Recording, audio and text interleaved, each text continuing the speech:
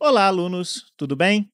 Sejam bem-vindos a mais uma aula do curso de Tecnologia de Leite e Derivados do campus Pinheiral da UFRJ. E hoje vamos dar seguimento ao nosso terceiro módulo sobre controle de qualidade e vamos ver hoje o controle de qualidade microbiológico do leite. A aula passada, na aula 1 do terceiro módulo, nós falamos do controle de qualidade físico-químico e hoje veremos o controle de qualidade microbiológico. Muito bem. Primeira coisa que a gente vai observar ao pegar um leite, né, que acabou de ser ordenhado e que vai passar por um processo de qualificação, é fazer a contagem de células somáticas, ou CCS, conforme está escrito aqui. Tá? As células somáticas são constituídas principalmente por leucócitos e têm por objetivo a defesa do organismo. Muito bem, o que são os leucócitos? Leucócitos, eles são células do sangue que são responsáveis pela defesa do organismo, como ele tem por objetivo neutralizar agentes patogênicos, agentes externos que possam vir a fazer algum tipo de agressão ao organismo. Ok? Então, esses são os leucócitos. Lá na glândula mamária, quando ela está sadia, sem infecção, sem problema nenhum, os tipos celulares predominantes são os macrófagos, né, que são grandes células engolidoras de coisas, eles são as células que nós chamamos de células fagocitárias profissionais, elas fagocitam agentes externos justamente para digerir eles e ensinar para o organismo, né, que aquilo dali está na área, né, vamos dizer assim, ele pega pedaços de proteínas e apresenta para as outras células de defesa.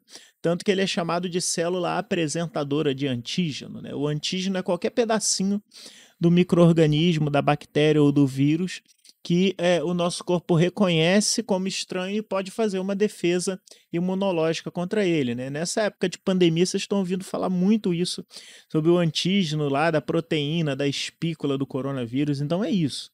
Tá? Então nós temos células especializadas em fagocitar, em ingerir esses micro-organismos, esses agentes patogênicos e expor os antígenos dele para as outras células, que são os linfócitos, né? Então, os linfócitos, né, a gente tem cerca de 16 a 28% de linfócitos nas glândulas mamárias. Neutrófilos também são células de ataque, tá? Elas não têm muito a ver com a resposta imunológica, mas mais células de ataque. Os linfócitos têm a ver sim com a resposta imunológica. E algumas células epiteliais, que são células que descamam normal, lembrando que a gente tem o epitélio ali, né, de revestimento das mucosas e acaba saindo algumas células para ali que não tem problema nenhum. Tá? A contagem de células somáticas CCS na glândula mamária sadia vai variar de 20 mil a 50 mil células por ml. Aí você vai falar assim, poxa, Eliezer, é muita coisa, né? Poxa, 20 mil a 50 mil células por ml, caramba, é coisa pra caramba. Não, é uma quantidade normal de células, lembra que as células são muito pequenininhas. Tá? Agora, se passar de 100 mil, alguma coisa está errada. Ok? Se passar de 100 mil células por ml, aí a gente vai ligar o nosso desconfiômetro e vai falar, opa, o que está acontecendo? A gente vai botar aquela interrogação na nossa cabeça. Mas por quê? Pensem que se eu estou dizendo que a maior parte dessas células são macrófagos, olha, 80%, pode chegar a 80%, e depois linfócitos, né, muito poucos neutrófilos e células epiteliais, se eu tenho um aumento desse número aqui, tá, eu tenho um aumento das células de defesa. Vamos acompanhando aqui. Se as minhas células de defesa estão aumentando, muito provável eu estou num processo infeccioso. Infeccioso. Significa que tem alguma coisa errada no meu organismo que está fazendo aumentar essas células somáticas. Ou seja, a minha vaca pode estar doente, pode estar passando por algum tipo de problema ali. Então, a célula somática, ela meio que dá um alerta para a gente sobre isso. Ok? Então, lá na instrução, eita, quase não saiu, lá na instrução normativa número 62, que a gente viu algumas aulas passadas, é prevista a determinação das células somáticas no leite pelo método instrumental baseado na citometria de fluxo, obviamente, né? É uma metodologia cara, uma metodologia que depende de um aparelho chamado citômetro de fluxo, que não é todo mundo que vai ter, óbvio. Tá? A gente tem outras fórmulas de contagem, né, como câmara de Neubauer, outras formas mais simples, tá? Mas a forma mais quantitativa, mais acurada, assim, é a citometria de fluxo, tá? E o que a citometria de fluxo faz? Ó, nesse método é utilizado um reagente com a capacidade de se ligar às células somáticas. Então, veja bem, a gente vai ter, vamos desenhar aqui, a gente vai ter um reagente aqui, tá? Um reagente X, vamos chamar assim, que ele vai encontrar uma célula somática, isso daqui é uma célula, tá, com o núcleozinho dela, e ele se liga nessa célula, tá? Ele tem a capacidade de se ligar nas células. Então, no nosso sistema, a gente vai ter um monte de células assim, marcadinha com esse X. Tá? Ele se liga especificamente a essas células e vai ficar marcado. O que acontece? Esse X, quando a gente joga um certo comprimento de onda nele, tá? Ele vai emitir fluorescência. Fluorescência. Saiu muito bonito aqui não, mas é fluorescência. Tá? Então, o que acontece? Ele emitindo essa fluorescência, a gente pode ter uma máquina que detecta essa fluorescência e faz uma contagem por emissão de fluorescência. E é isso que o citômetro de fluxo faz, que esse aparelho aqui está desenhado aqui.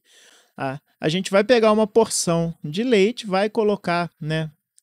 Vai fazer uma série de diluições, tem todo um preparo para esse material, não é só jogar o leite, a substância e tá pronto, não. A gente faz uma diluição, obviamente diluições controladas, e depois a gente vai colocar ele nesse citômetro de fluxo, tá? Que esse volume de leite vai percorrer, tá, um caminho e vai ter um detector de fluorescência, um detector aqui, que vai ver o quanto de fluorescência a gente tem. E com isso, ele vai, através do software do computador aqui, ele vai fazer o cálculo de número de células por ml. Ou seja, é um método totalmente automatizado que dá um resultado muito preciso. Ok? Então é assim que é feito conforme a instrução normativa número 62, a contagem de células somáticas. Beleza, então vimos como se conta as células somáticas, como eu falei para vocês, ela é um indicativo de que tem alguma coisa errada. Tá? Se for uma infecção bacteriana, quando a gente fizer essa próxima análise aqui, que é a contagem total bacteriana, CTB, contagem total de bactérias, a gente vai ver uma correlação clássica. Se a gente tiver uma CTB alta, a CCS vai ser alta, você pode ter certeza, porque é um indicativo de infecção bacteriana. Agora, às vezes a CTB está baixa e você tem uma CCS alta. Isso pode ser outras coisas, pode ser algum problema alérgico ou uma infecção viral que a vaca tá apresentando. Então, nem sempre a CTB vai acompanhar a CCS, mas quando a CTB está alta, a CCS acompanha. Ok? Então, a CTB reflete a contaminação microbiana no leite, que resulta nas condições de higiene da obtenção e nas condições de estocagem e armazenamento da matéria-prima. Claro, às vezes a CTB dá alta e a CCS dá baixa. Então, a gente tem que saber interpretar o resultado. Tá? Aí o que acontece? Se a CTB está alta e a CCS está baixa, a infecção não é na vaca. O problema foi na manipulação do leite. Ou seja, o manipulador ou algum processo da manipulação que acabou causando essa contaminação. Ok? Então, a gente tem que saber interpretar o resultado, saber entender o que ele quer dizer. Tá? A gente tem que estar muito atento a isso. Muito bem. O leite secretado de glândulas sadias, de glândulas mamárias sadias, possui número de bactérias variando de 100 UFC, tá? Só para lembrar aí, quem já estudou microbiologia já sabe, ou quem ainda não estudou, quem já estudou e não lembra, o UFC, tá? é uma abreviação para unidade formadora de colônias, tá? UFC, unidade formadora de colônias, tá? Então é como se fosse uma bactéria. Uma bactéria que cai no meio de cultura, depois de um tempo ela vai virar uma colônia visível a olho nu, tá? É isso, tá? Isso é uma bactéria. Isso daqui é uma colônia. Ela é oriunda daquela bactéria que caiu no meio de cultura, ok? Então o número normal, se a gente achar entre 100 e 1000 unidades, é normal. É da própria microbiota do leite que a gente chama. É do próprio processo natural, né? O leite ele sai estéreo da glândula, mas ao entrar em contato com o úbere, com os tetos, com a própria manipulação dele, ele pode ser contaminado. Isso é normal, isso não vai estragar o leite. Porém, ele pode ser contaminado por micro-organismos presentes no interior da glândula, como já falei para vocês, né? E assim como por utensílios utilizados na ordenha e a própria mão do manipulador. Então, a gente tem que sempre estar com cuidado em relação a isso. Tá? Bom, o resfriamento do leite após a ordenha, ele vai reduzir. Lembra que a gente falou que logo depois que o leite chega, né, ele passa por aquele processo de expansão, de tanque de expansão, perdão, ele chega, ele tem que ser refrigerado em um período de tempo curto, justamente porque a temperatura fria vai impedir o crescimento dos micro-organismos. Lembramos que eles precisam de uma temperatura mais amena, de entre 25 e 37 graus, para se multiplicar, né, em grande escala. Tá? Principalmente aqueles que nós chamamos de aeróbios mesófilos. Tá? Esses mesófilos, ou aeróbios mesófilos. O mesófilo quer dizer que ele cresce justamente nessas temperaturas mais intermediárias, mais amenas. Mas, no entanto, o resfriamento vai favorecer uma outra microbiota, que é a psicrotrófica. Essa psicrotrófica são alguns poucos micro-organismos que já gostam de baixas temperaturas para crescer. Por isso que a gente não, mesmo que o leite fique na geladeira, a gente não pode ficar com ele muito tempo ali. A validade dele acaba não sendo tão grande, porque também existem micro-organismos que conseguem crescer bem em baixas temperaturas, fora que os mesófilos crescem em baixas temperaturas, mas num ritmo mais lento. Bom, altas contagens de bactérias vão comprometer, eles vão comprometer o processamento do leite e seus derivados em função de problemas, principalmente de acidificação e coagulação, tá? Vejam bem, as bactérias ao consumir os produtos ali orgânicos que a gente tem no leite, lembra que o leite é um meio de cultura, ele é um material rico, ele é um alimento, né? Então ele ele tem nutrientes diversos ali para ele poder crescer. Então isso vai gerar ácidos. E como a gente viu, né, quando a gente estudou as proteínas do leite lá nas primeiras aulas, se tem dúvida, volta lá para dar uma olhada. Quando a gente acidifica, essas proteínas mudam de estrutura e acabam coagulando, né? A gente viu que elas podem coagular via ácido, né, via mudança de pH. E com isso, a gente acaba fazendo com que aquele leite se separe as fases que a proteína coagula, fora a questão sensorial. Você vai gerar alguns sabores, alguns odores ruins ali. Todo mundo já cheirou leite estragado, né? Vê que não é legal, tá? Então, aparece aquele gosto ruim, a coagulação sem acidificação. Isso daqui acontece realmente por quebra de proteína, à medida que eles vão usando, né, os micro-organismos psicotróficos, eles vão usando as proteínas, eles vão, à medida que elas vão entrando naquele ponto isoelétrico, à medida que elas vão sendo consumidas, elas descem, tá? Elas não ficam mais solúveis. O leite fica mais viscoso, né? Esse aumento de viscosidade a gente pode até usar como um ponto a favor. Quando a gente falar de iogurte, eu vou voltar nesse ponto do aumento da viscosidade do leite, tá? Por micro-organismo, porque você vê que o iogurte ele fica mais espesso, tá? Simplesmente por alterações químicas, né, proteicas, e tem a ver com acidificação do meio. Mas, enfim, existe também aquele aumento de viscosidade indesejável, que não fica com sabor bom. Enfim, então, os micro-organismos alteram por questões metabólicas, né, intrínsecas dele, o leite. E quem rege, quem diz o padrão microbiológico do leite é, obviamente, a Instrução Normativa 62, no que diz respeito às boas práticas de fabricação do leite, óbvio, né? Que vocês já cansaram de ver. E a RDC 12/2001, que diz o limite de micro-organismos patogênicos que nós podemos ter no leite. Preste atenção nisso daqui que é importante.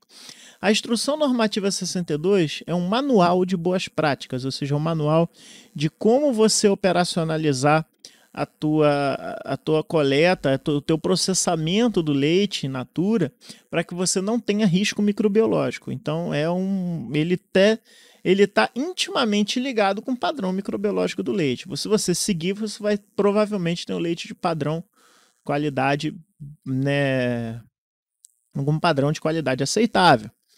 A RDC 12/2001, ele estabelece limites. Tá? Aqui sim, nessa RDC, que a gente vai encontrar o que a gente pode e não pode ter no leite. Ok? E o que é que a gente tem ali? Vamos dar uma olhadinha aqui. Nós temos aqui, isso é uma tabela retirada da própria RDC. Tá? Leite de bovinos e outros mamíferos e derivados. Tá? Leite pasteurizado, leite, produtos à base de leite. Tá? Isso vale até para o leite esterilizado na forma que a gente conhece como UHT, que tem em português. Não tem problema, qualquer uma das duas formas vale. Que é o ultra alta temperatura, ou ultra high temperature. Tá? Tanto faz. Então, esse leite, nós vamos analisar coliformes, salmonela. Ok? No leite pasteurizado, aquele leite tipo A que não foi submetido a ultra alta temperatura. E vocês veem, tá? A gente tem aí um limite, tá? Que isso daqui, depois, na aula de legislação, quem já passou pelo módulo de legislação ou pela disciplina de legislação, né? Se você é do curso de agroindústria, teve uma disciplina. Se você é do curso de agropecuária, você teve um módulo no bimestre anterior sobre isso, tá? Que tem a ver com o número de amostras indicativas, quanto você vai colocar, quantas podem estar contaminadas e o número médio para isso, enfim, tem toda uma questão para isso, tá? Mas o que acontece? Para uma amostra indicativa, a gente, das 5 amostras, tá? Se a gente tiver 2 amostras positivas para coliforme a 45 graus, são os termotolerantes, tá? A gente já vai ter cuidado com aquele leite. Ele tem que ter ausência de coliformes a 45 graus, ok? Que são os coliformes termotolerantes, que aqui se encontram os coliformes de ausência de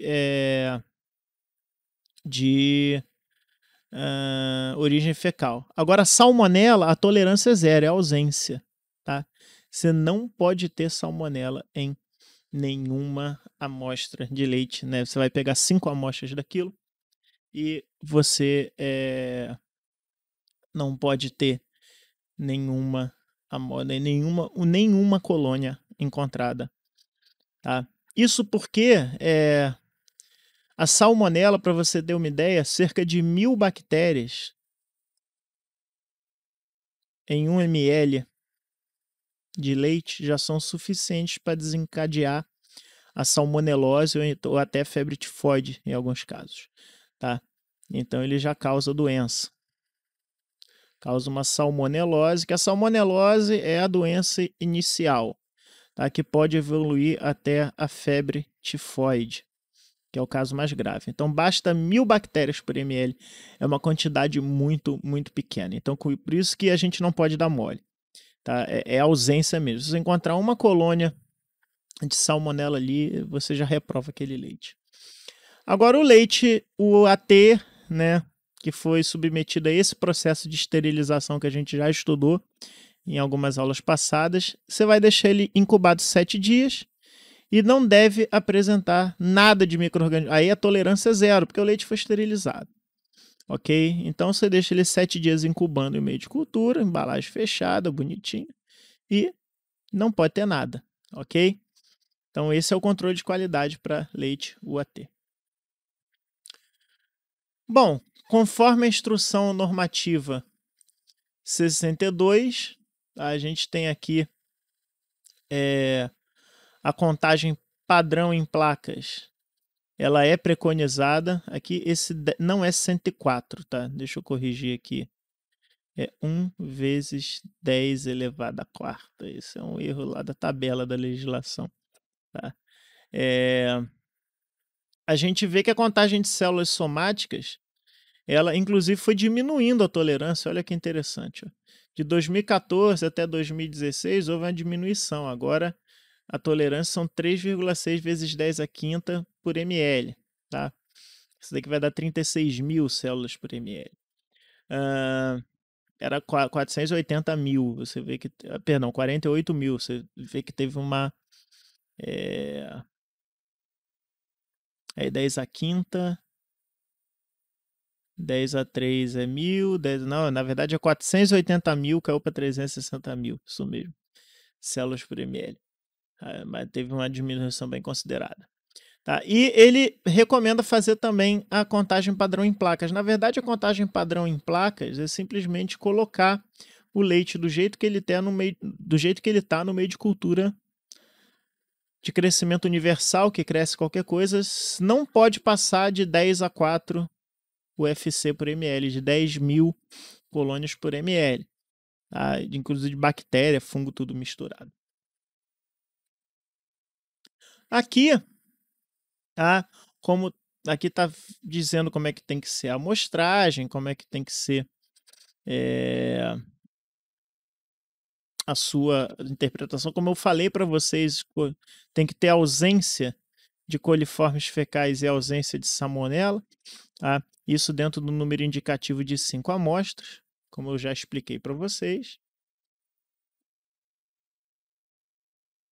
E aqui a gente tem mais uma tabela que é a cronograma de redução gradual, tá? Como eu falei com vocês, havia um limite maior que foi diminuindo, tá? Tanto da contagem padrão em placas, hoje em dia a gente já chegou a 1 vezes 10 a 4, que ainda estava 1 vezes 10 a 5 colônias por ml. E aqui também a contagem de células somáticas que foram diminuindo, como eu mostrei para vocês. Para a gente ter um controle mais rígido, tá? Nossa legislação, a instrução normativa passou por uma revisão e foi diminuindo esses limites. Ok? Não precisa se preocupar em decorar isso, que esse material vocês têm à vontade aí para consultar. É só para vocês saberem de onde vêm os números e o que significa. Vocês têm que entender o que significam esses números, o que significam esses testes, ok? Para vocês saberem interpretar os resultados. Bom, como é feito o teste para coliformes? Tá? Esse aqui é o teste de número mais provável. Tá? NMP vem da sigla número mais provável. Ele é uma técnica estatística, tá? Probabilística, que ele facilita o nosso meio de campo, porque a gente não precisa ficar contando exatamente os micro-organismos. Na verdade, a gente, a partir de uma amostra pura, a gente prepara ela e faz uma série de diluições. Ó, a gente pegou ela pura, diluiu ela 10 vezes, a gente pegou 1 ml dessa amostra e diluiu em 9 ml de água. Então aqui a gente fez uma diluição 10 a menos 1 ou 1 para 10, né? A gente diluiu 10 vezes. Essa é 10 vezes mais diluída que essa. Dessa 10 vezes mais diluída, pegamos 1 ml e diluímos de novo para 9 ml de água. Uma nova diluição 1 para 10. E geramos uma 100 vezes mais diluída, 1 para 100, ou 10 a menos 2, né? Como vocês quiserem. Pegamos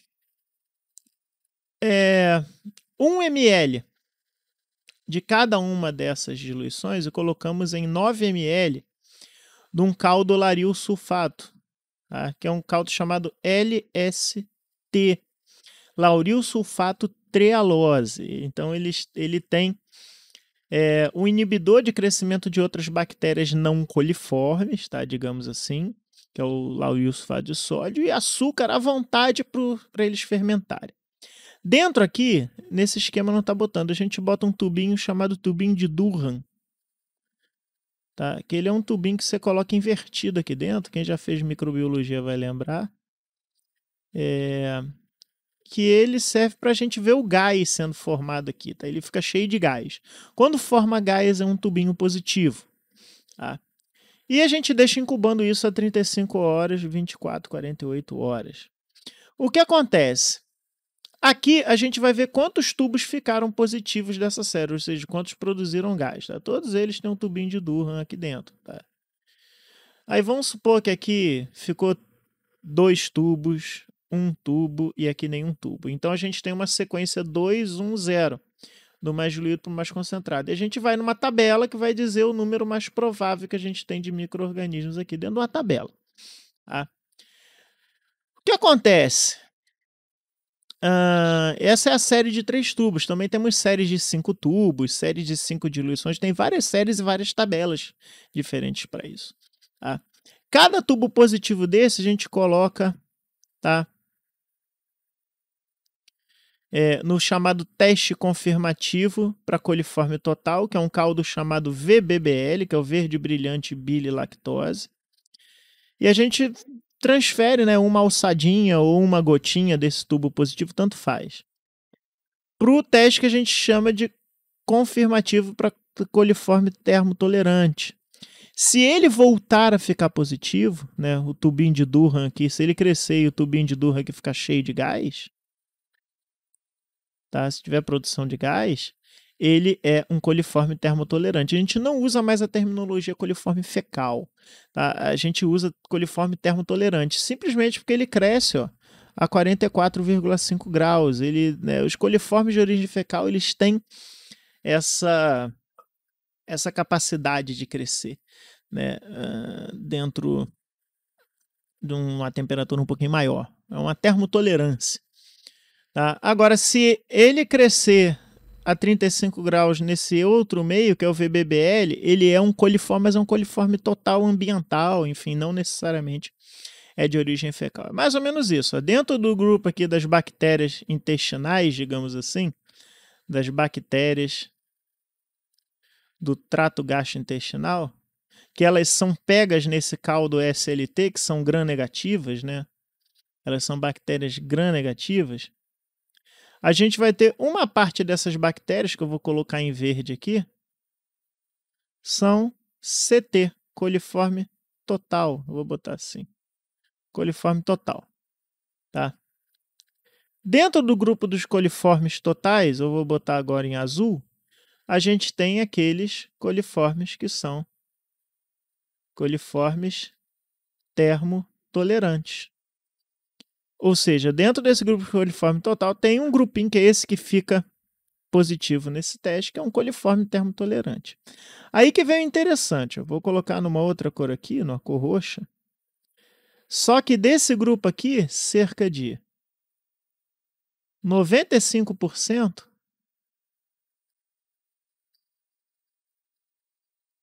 é coliforme fecal. Por isso que nem todo coliforme fecal nem todo coliforme termotolerante é fecal, mas só que 95% deles são. Então, o que acontece? A gente aqui está conseguindo, né, pegar com 95% de certeza que aquela amostra teve contato com material fecal. Obviamente que depois disso a gente faz ainda um teste no agar-EMB, que é o agar-eosina azul de metileno. A gente passa uma alçada e faz aquele estriamento, né, na alça. Quem já fez microbiologia já fez isso, ou alguns cursos aí fazem na biologia também. Aí sim, ali você tem uma confirmação, né, que é a Escherichia coli, que o nosso grande problema aqui é achar a Escherichia coli, que é aquela que causa doenças, né, aquelas toxigênicas. E ela fica, aqui nesse agar, ela fica com uma cor verde metálica, muito bonita, tá? Pela precipitação do azul de metileno aqui, desse meio de cultura. Então, assim, mas o nosso, assim, isso daqui é puramente especulativo, tá? Se você quiser fazer, separa aqui no teste de coliforme termotolerante. Se der presença de termotolerante, você já está reprovando aquele leite, tá? Dependente de qualquer coisa, como a gente já viu preconizado pela Instituição Normativa número 62.